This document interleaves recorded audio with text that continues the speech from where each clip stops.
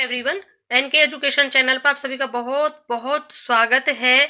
नियोजित शिक्षकों के लिए आज फिर से एक नई खुशखबरी लेकर हम आए हैं, जिसमें आप अपनी स्क्रीन पर देख रहे होंगे बिहार सरकार शिक्षा विभाग अधिसूचना। ये बिहार सरकार द्वारा जारी की गई अधिसूचना है, जिसमें आपके संबंध में यह बताया गया है कि जो सक्षमता परीक्षा है उसे कौन लेगा और जो आपका सिलेबस है वो शीघ्र ही तैयार हो रहा है। यानी कि आपके राज्यकर्मी और सरकारी शिक्षक बनने की प्रक्रिया मुश्किल से 1 महीना लेगी, जिसमें बिहार विद्यालय विशिष्ट शिक्षक नियमावली 2023 के नियम 4 में स्थानीय निकाय शिक्षकों के सक्षमता परीक्षा के संबंध में विभाग अपने द्वारा एक सरकारी एजेंसी के माध्यम से इन सभी कार्यरत स्थानीय शिक्षकों के लिए सक्षमता परीक्षा आयोजित कर रहा है। इस अधिसूचना को पूर्ण पढ़ना और जो आज के न्यूज में सभी सुर्खियों बटोर रही, आप सभी विशिष्ट शिक्षक नियमावली 2023 के नियम 4 के तहत हम पूरी जानकारी देंगे। उससे पहले आपसे एक रिक्वेस्ट कर लेते हैं कि अगर आप हमारे चैनल पर पहली बार विजिट कर रहे हैं तो प्लीज चैनल को सब्सक्राइब करना ना भूलिएगा। बेल आइकन जरूर प्रेस करें ताकि नोटिफिकेशन के माध्यम से वीडियो सीधा आप तक पहुंच सके और प्रत्येक अपडेट से आप तुरंत अपडेट हो सकें। और प्लीज एक लाइक जरूर करें। तो आइए शुरू करते हैं। हम पहले अपनी अधिसूचना को पढ़ते हैं, जिसमें आप यहां पर देखेंगे ये ज्ञापक संख्या है, ये आपकी नियमावली का अंश 2 है और पटना से यह न्यूज है, जिसमें बिहार विद्यालय विशिष्ट शिक्षक नियमावली 2023 के नियम 4 में स्थानीय निकाय शिक्षकों के सक्षमता परीक्षा के संबंध में विभाग अपने द्वारा एक सरकारी एजेंसी के माध्यम से इन सभी कार्यरत स्थानीय शिक्षकों के लिए सक्षमता परीक्षा आयोजित करेगा से संबंधित प्रावधान है। यानी यहाँ इन्होंने प्रावधान के संबंध में बताया है। अब पॉइंट नंबर 2 में ये क्लियर करेंगे कि कौन आपकी सक्षमता परीक्षा लेगा, क्योंकि 2 एजेंसी के माध्यम से बताया जा रहा था कि आपकी सक्षमता परीक्षा ली जाएगी। अब वह चीज क्लियर हो गई है, जिसमें उक्त प्रावधान एवं इस नियमावली के नियम 13 में प्रदत्त शक्ति के आलोक में स्थानीय निकाय शिक्षकों के सक्षमता परीक्षा आयोजित करने हेतु बिहार विद्यालय परीक्षा समिति को प्राधिकृत किया जाता है। यानी कि आप प्राधिकृत कर दिया है, इनको ऑथराइज्ड कर दिया गया है। यानी कि बिहार विद्यालय परीक्षा समिति यानी बिहार बोर्ड आपकी सक्षमता परीक्षा आयोजित कराएगा। वैसे भी हमने जब पहले इससे वीडियो बनाया था तो हमें जो रुझान मिले थे, इस न्यूज को आने से पहले हमने आपको बता दिया था कि आपकी परीक्षा बिहार विद्यालय परीक्षा समिति ही लेगा। लेकिन जब तक कोई ऑथेंटिक प्रूफ नहीं हो तब तक उस चीज को बिल्कुल ऐसे नहीं करना चाहिए। इसलिए मैंने आज जो लेटर जारी हुआ है संयुक्त सचिव शिक्षा विभाग से, सीधा उसी को आपको दिखाया है। एंड देन अब हम न्यूज़पेपर पे चलेंगे, क्योंकि सबसे ज्यादा जो एक तरीके से हम कहते हैं ना ऑथेंटिक होता है जो हम सरकारी लेटर देख लेते हैं, यानी जीओ जो गवर्नमेंट ऑर्डर होता है। अब आगे देखते हैं हम, जहां पर आज सभी न्यूज़पेपरों में आप ही की न्यूज है। और आपको बता दें, हमें सूत्रों से अभी ये न्यूज भी प्राप्त हुई है कि आपका सिलेबस तैयार हो गया है। कुछ ही दिनों में आपका सिलेबस आपको बता दिया जाएगा, जिसमें सक्षमता परीक्षा आपकी किस प्रकार होगी। सो प्लीज इसलिए भी आप हमारे चैनल पर बने रहिएगा और जो उसके रिगार्डिंग जितना भी हमसे आपके सिलेबस से संबंधित जो भी जानकारी होगी वो देंगे, साथ में उसकी जो तैयारी होगी वो भी कराएंगे, क्योंकि हमारे चैनल पर सीटेट की भी तैयारी कराई जाती है, जिसमें बहुत ही हमारे स्टूडेंट्स ने उस टेस्ट को क्लियर किया है। अब है बिहार बोर्ड लेगा नियोजित शिक्षकों की सक्षमता परीक्षा। यहाँ पर मार्च अप्रैल में, हम कह रहे थे ना आपको मुश्किल से 1 महीने का समय लगेगा, तो ये परीक्षा का है। अभी उससे पहले की भी संभावना आ रही है, क्योंकि अब जनवरी का तो इसमें ही सर्दियों में और उसके कोहरे में बहुत ज्यादा ठंड होने की वजह से ये महीना तो ऐसे ही जाने वाला है। तो फरवरी और मार्च से आपकी प्रक्रिया शुरू हो जाएगी और परीक्षा संभावित है, तब तो परीक्षा ही शुरू हो जाएगी, सिलेबस आपका आने वाला है। यहाँ पर ये राज्य में कार्यरत 3.5 लाख नियोजित शिक्षकों के लिए अच्छी खबर है। 13 जनवरी को गांधी मैदान में आयोजित शिक्षक नियुक्ति पत्र वितरण समारोह में मुख्यमंत्री नीतीश कुमार द्वारा राज्य के नियोजित शिक्षकों को जल्द ही राज्यकर्मी का दर्जा देने की घोषणा के बाद शिक्षा विभाग ने नियोजित शिक्षकों की सक्षमता परीक्षा कराने के लिए बिहार विद्यालय परीक्षा समिति को अधिकृत कर दिया है।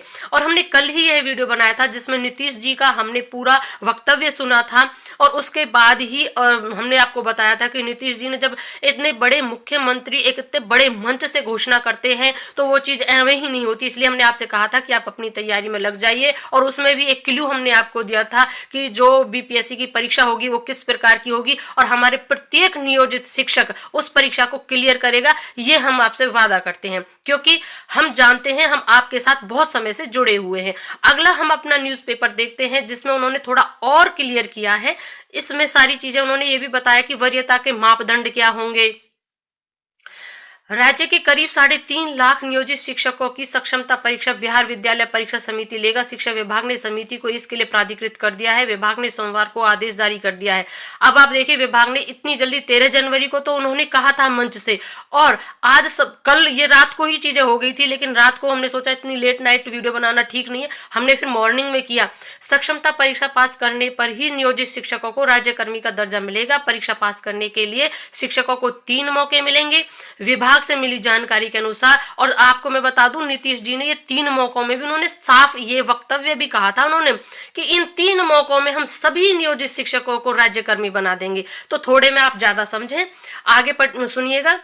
विभाग से मिली जानकारी के अनुसार मार्च अप्रैल 2024 में यह परीक्षा ली जा सकती है। मुख्यमंत्री नीतीश कुमार ने 13 नवंबर को गांधी मैदान में नियुक्ति पत्र वितरण समारोह में यह कहा था। जल्द ही सभी शिक्षकों की सक्षमता परीक्षा ली जाएगी। विभाग ने आदेश में कहा है कि बिहार विद्यालय विशिष्ट शिक्षक नियमावली 2023 में लिखा है कि सरकारी एजेंसी के माध्यम से नियोजित शिक्षकों की सक्षमता परीक्षा ली जाएगी। मालूम हो कि 26 दिसंबर 2023 को कैबिनेट ने बिहार विद्यालय विशिष्ट शिक्षक नियमावली 2023 की स्वीकृति दी थी। इसके तहत नियोजित शिक्षक सक्षमता परीक्षा देंगे और आवंटित स्कूल में योगदान करेंगे, यानी आपको जो स्कूल आवंटित होगा उसमें आपको योगदान देना होगा। हमारे बहुत से व्यूअर्स ने, जो हमारे नियोजित शिक्षक है, कमेंट सेक्शन में किया है कि जिला ना बदले, चाहे आप खंड बदल दें। ये भी हम अपने चैनल के माध्यम से रिक्वेस्ट करते हैं कि अगर यह वीडियो ज़्यादा वायरल होता है और वहां तक पहुंच सके तो हम भी रिक्वेस्ट करते हैं कि जो नियोजित शिक्षक हैं जिनको राज्यकर्मी का दर्जा मिलने वाला है, उनका प्लीज जिला ना बदला जाए, उनका केवल खंड बदला जाए, क्योंकि उनसे बहुत वो अव्यवस्थित हो जाएंगे, उनके लिए बहुत परेशानियां हो जाएंगी। और अच्छी शिक्षा, गुणवत्तापूर्ण शिक्षा तभी दी जा सकती है जब हम परिवार के साथ रहते हैं।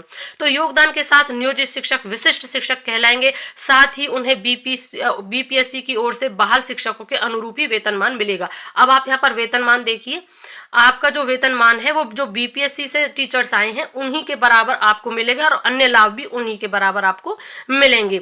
सक्षमता परीक्षा के तीसरे प्रयास में भी असफल रहने पर वह स्थानीय निकाय शिक्षक बने रहेंगे। अगर ऐसा भी कुछ है, वैसे ऐसा होगा नहीं, नीतीश जी ने यह साफ किया है कि इन तीनों चरणों में जो 3 प्रकार के मौके आपको दिए जाएंगे उनमें एक भी नियोजित शिक्षक ऐसा नहीं रहेगा जो कि राज्यकर्मी ना बने, पर विभाग द्वारा अलग से विचार किया जाएगा। अब देख लेते हैं हम, जिला स्तर का होगा आपका संवर्ग। ये संवर्ग जो है जिला स्तर का किस तरीके से होगा आपका।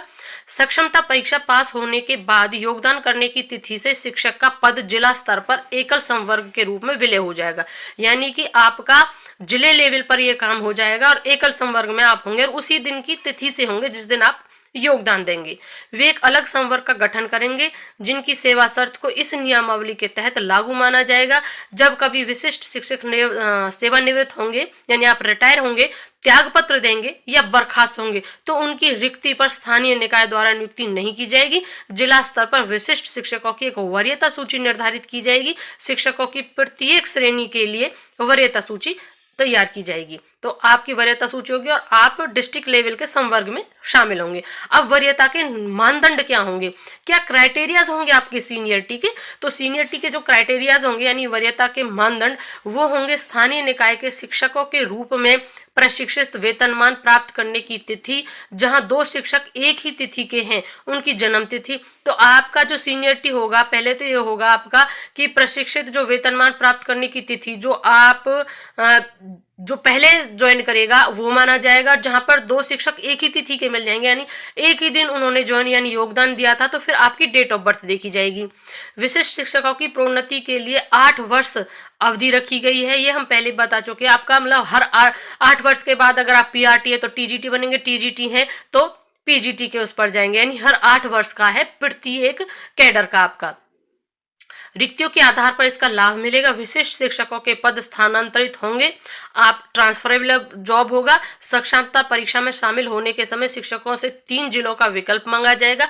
परीक्षा में मेगा क्रमांक के आधार पर जिले में पदस्थापित किया जाएगा और तीनों विकल्पों में नहीं आने पर रैंडमली कहीं पर भी जिला आवंटित किया जाएगा। ये तो फिर एक नियम है, लेकिन वो तो उसी समय पता चलेगा कि क्या होता है, क्योंकि नियम पहले बनाए जाते हैं एंड देन उसके बाद ही किसी प्रोसेस को शुरू किया जाता है।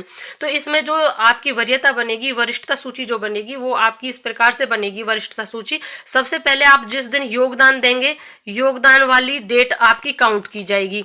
जो भी योगदान वाली डेट जो होगी वो बिल्कुल सेम मैच हो जाएगी, यानी कि 2 टीचर हैं और सेम आपका बैठ रहा है डेट। उसके बाद आपका डेट ऑफ बर्थ देखा जाएगा।